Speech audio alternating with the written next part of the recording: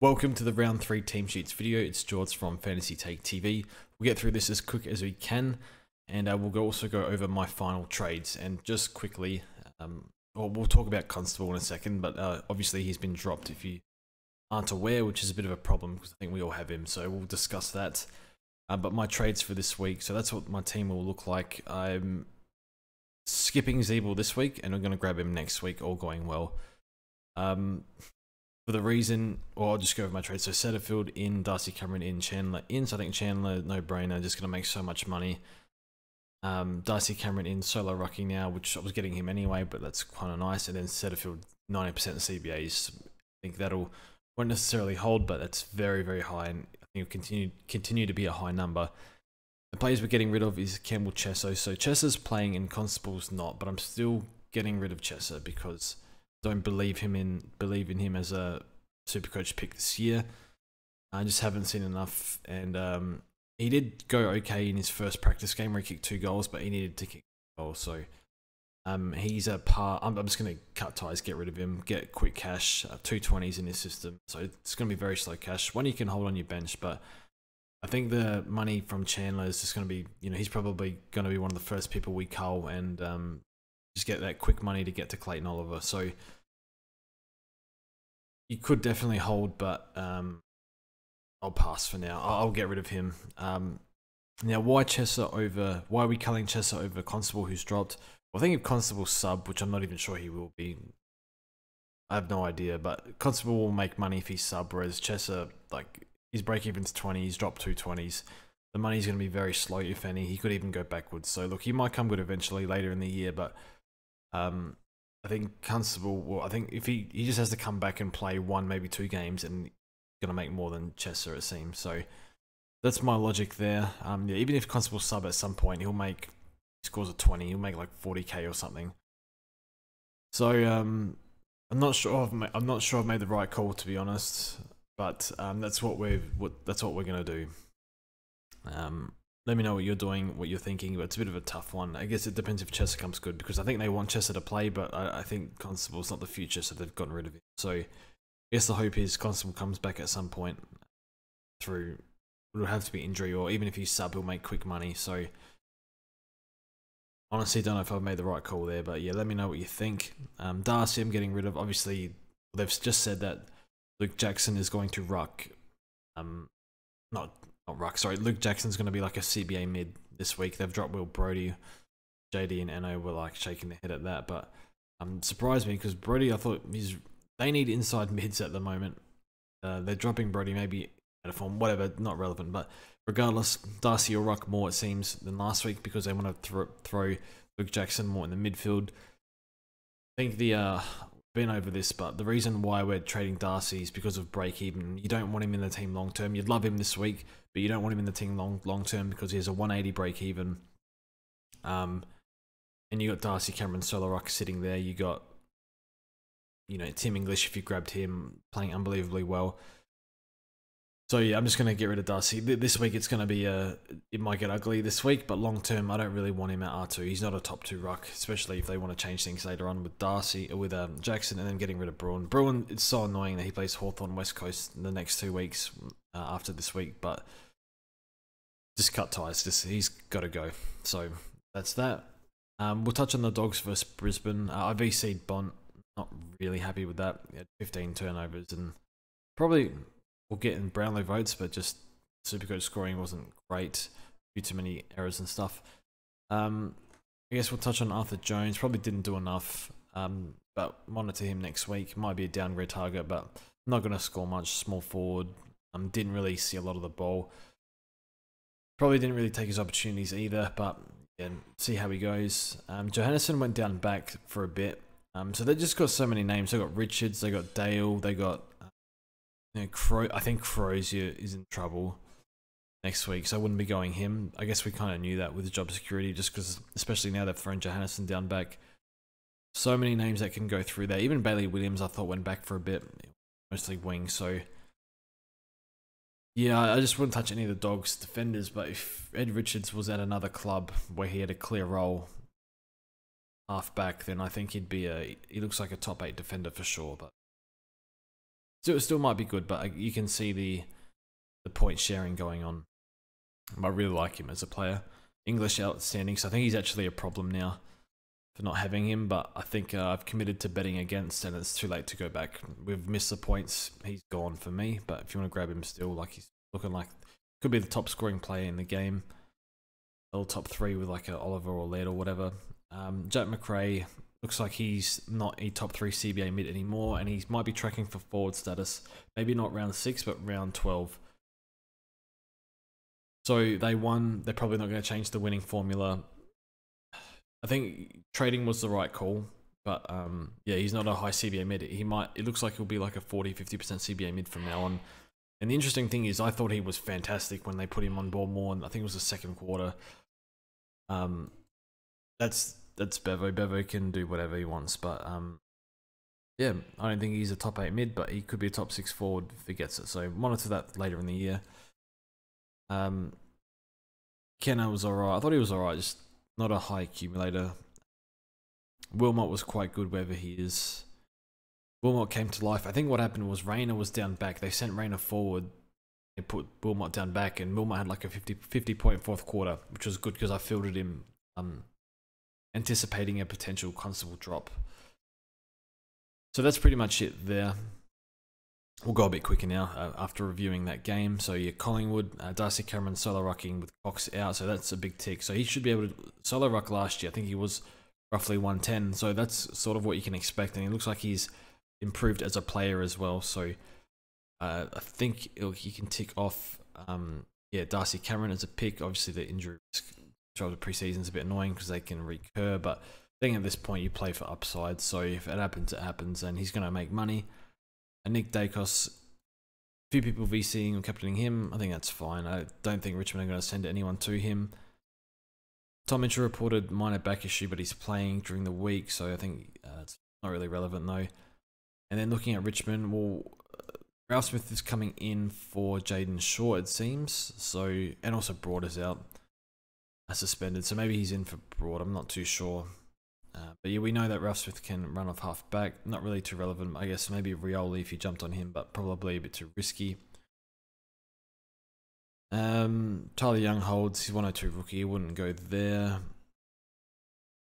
Key defender. No Hopper as well. So I think Hopper's definitely a hold. I wouldn't even try and do any sort of gymnastics trying to trade him out and trip back in. Just forget it. I don't think it's a good idea. Especially if you've got the E with Oscar Baker. So hold Hopper, don't trade under any circumstance. And that's pretty much it, I think. Hawthorn versus North down at Tassie. Nothing really here. So they've omitted a key defender for, I think Blank's a key defender, isn't he? And then Scrimshaw, so maybe Sicily plays more accountable. It doesn't really matter, he scores still, so that's fine. Will Phillips is in. I think he is the logical straight out for Jai Simpkin unless he can force his way in. So one to watch if he can force his way in, because he's probably going to be a CBA mid and top 3 pick in the day, but doesn't look quite at the level just yet. So monitor him. Saw Hawthorn change up the CBA mix. Connor Nash retained his spot, which is very annoying. I don't think he's the future, and all he's doing is basically cock blocking your Ward, Warple, Mackenzie especially was the one that saw the big hit CBA, so it doesn't make any sense to play Nash. Can't find a single Hawth supporter that's happy about it, but it is what it is. So probably good if you don't have Warple. Might into his CBAs a little bit, but yeah, I still see Warple as a great pick and one I'd still get in at the price.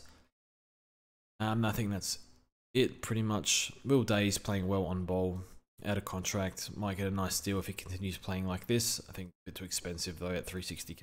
In fantasy, he could be a top 10 defender. He's getting the clearances as well, so he's looking really good. Will Day, be happy with that if you're a Hawthorn supporter or you have him in fantasy. North Melbourne, I guess they've mentioned that. I think mentioned Finn McGuinness have named on bowl. Do they go to Finn McGuinness? Going to take CBAs as well. I think they go to LDU. LDU form player of the entire competition. I think they have to go to LDU. Yeah, I wouldn't bring him in this week just because I think anticipating the sub, but it's a hard one because you cop it this week and then you'll enjoy it for the rest of the year, most likely. But yeah, just a bit annoying. Bergman's looked okay. I think he keeps holding his spot. They persist with him, so been an okay rookie, one that we overlooked, but yeah, probably more of a slow burn. Not much else to speak on here. Goldie's still rocking, and yeah, Zeeble. I'll definitely look at Zeeble next week, just the way things have worked out, and probably trade Callahan next week. Got the money in the bank to do that. But yeah, would love to get him in to this week, but can't. I think just because I don't want to give up Chandler. I think the cash from him is going to be important. So the Giants, Kelly and Whitford back in, basically in for Carlton Hewitt, so less mid-time for Doherty, who's not even getting that much anyway. Callahan back in. So do you hold or trade Callahan? I'm okay with trading just because the rush to get in your Setterfield and Zeeble specifically, and also maybe a Warple or facilitating a Nick Dacos, for example. These guys that you want in your team. I guess Warple's like the 4th priority, but I still think he's good.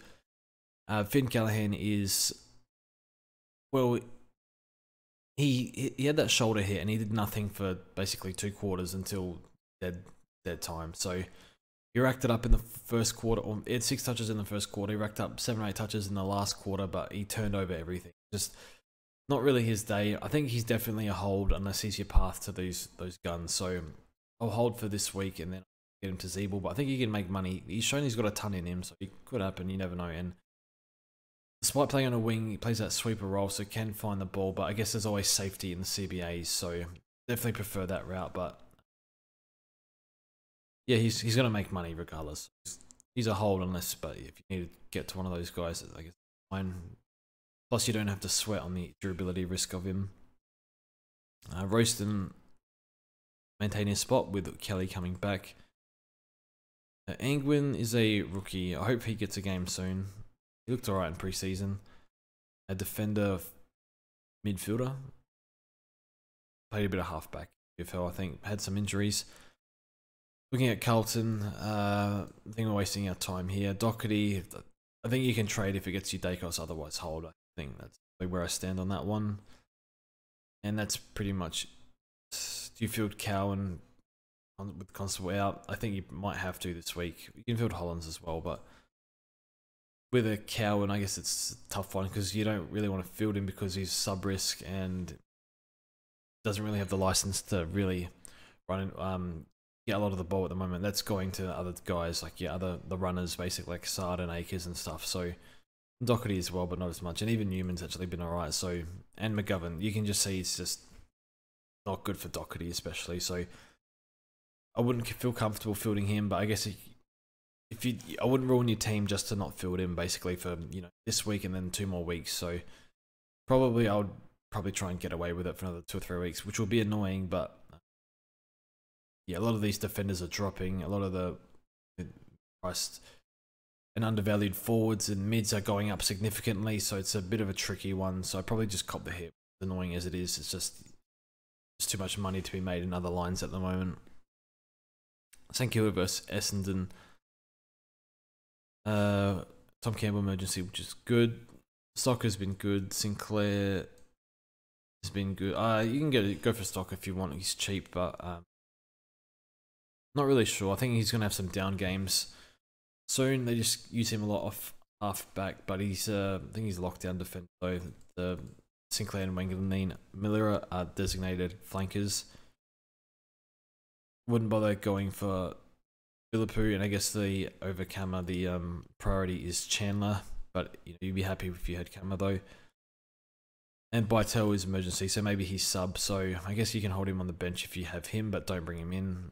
With Windhager back now, team, and I think Seb Ross still has to come into the team. Oh no, he's in now, so yeah, there's no spot for Bytel even without Jack Steele. So not a best 22 player, needs injuries to come in. Looking at Essendon, bloody look at this Ridley key defense.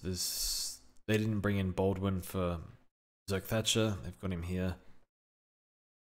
Very annoying, but I guess this was always on the cards with injuries. Given the, I don't know, is Zach Reed injured? I don't know. So their high draft pick key defender. Setterfield named on bowl, so expect him to get high CBAs again. Parrish Merritt been ticking along nicely. Though Essendon have had the easiest of fixtures really But regardless, I think that's all to discuss here. Davies playing as well with Stringer in the team. So yeah, they just dropped the second ruck for Stringer, which is good for, I guess. Good for Davey. So happy that they persist with him. Davey's struggling to run out games every week, but happy to keep benching him. Showdown, go Karom.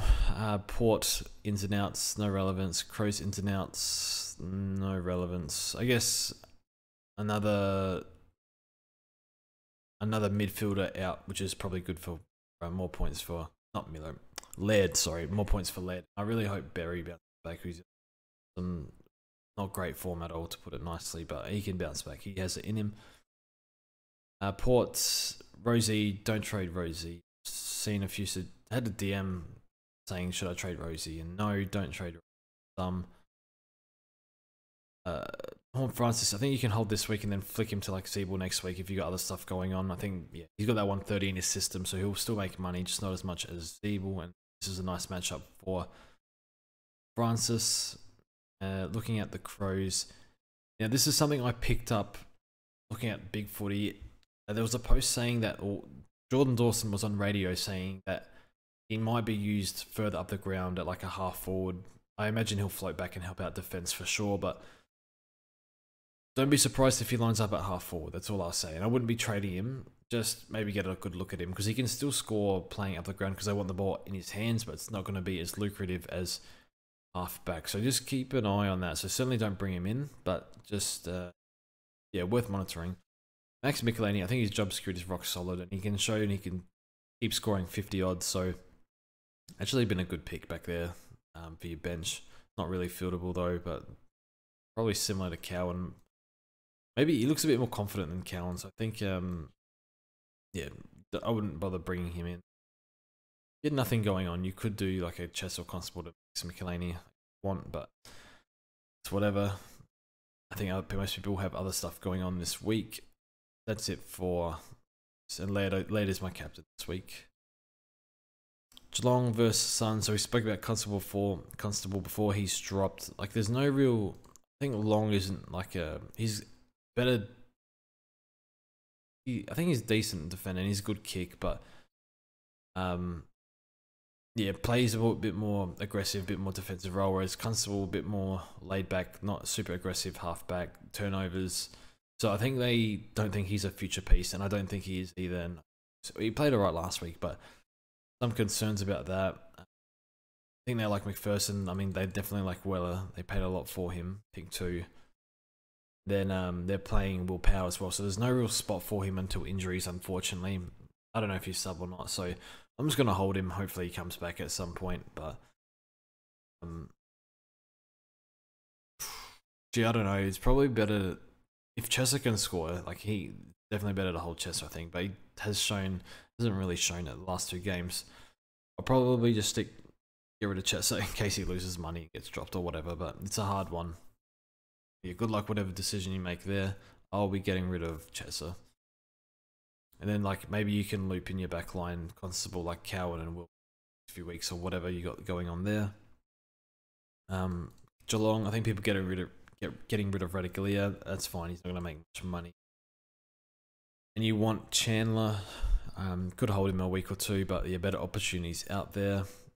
And that's pretty much it, I think. Geelong, Jack Bowes, what's his role? I would wait. I think you can be aggressive and bring him in.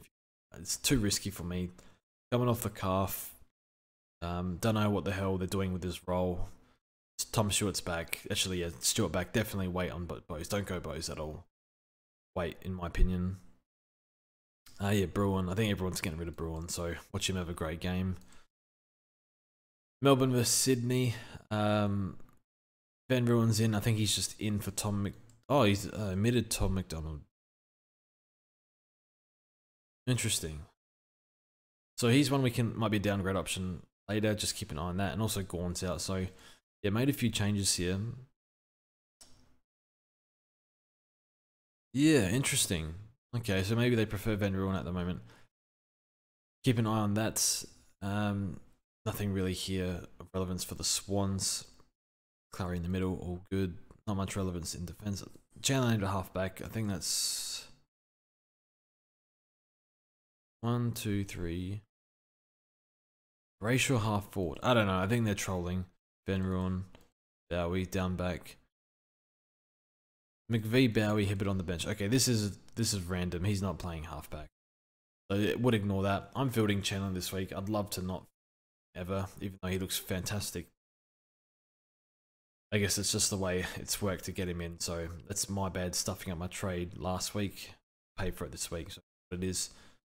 But yeah, definitely get Chandler in. If McVee probably wouldn't bother to get him in, although it's good that he's held with Bowie and Hibbert. Maybe Harms comes back in and one of them gets dropped. I imagine it's Hibbert. I don't know. I don't know. But McVee's not going to score enough to warrant a trade in. But he looks good though. And then looking at the Swans, is literally Lloyd's actually been alright this year. He might be back, but I think there's other safer at this point. That's pretty much it. Mills on ball. Hopefully he plays something. It's fun to watch. The derby now. Will Brodie omitted. I don't know. Interesting one. But it just means probably more emphasis on good for Caleb Sarong and O'Meara. Maybe Brayshaw as well, although I think Brayshaw's he's more outside-ish, so, you know, big ground Optus, plenty of room for marks, so he's my captain in fantasy, although historically he hasn't been the best against West Coast, but West Coast have opted to put attention into him. I do wonder if they do put attention into him, or they go to Sarong, because they know that they're quite weak at the source this week, unless Sarong and Fire. And also they're playing, where's, what's his name? Luke Jackson. I can't find it. He's somewhere on this list. It's right in front of me somewhere. But anyway, Luke Jackson is right key forward. So yeah, sounds like they're going to play him in the middle a bit more. So good for Sean Darcy. Enjoy the points this week, but I'm looking after the long-term cash here. I don't want him in the team term, and I don't want his price drop. And not only that, it coincides with like your English and Darcy Cameron's significant price rise. So is what it is. Cut ties. Enjoy watching him because he's fun to watch when he's on, but no more. Supercoach team. Looking at the Eagles side of things, McGovern, I think he'll go well. He's missed like 30 games in 3, so it's not really. An article a few months ago saying, you know, he's fitter than he's ever been, motivated, whatever. Looks good. They're freeing him up a bit, but yeah, he's more licensed to take intercepts or whatever, but he still looks alright. Just durability. Yeah, a bit stubborn on durability, but it can backfire as it has with like English. Ginby, the big body, Tom Green. I wonder where he goes this game. You would have thought he goes to like a Brodie, but more. I think they can run like Ash and Swikowski through the mid, so maybe like a pick him up in draft or something. They're free agents. Chester named, certainly wouldn't field him. But yeah, it sounds like they want to back him in, so they made the call this week whether to play him or not. I think he's no good, so I've gotten rid of him.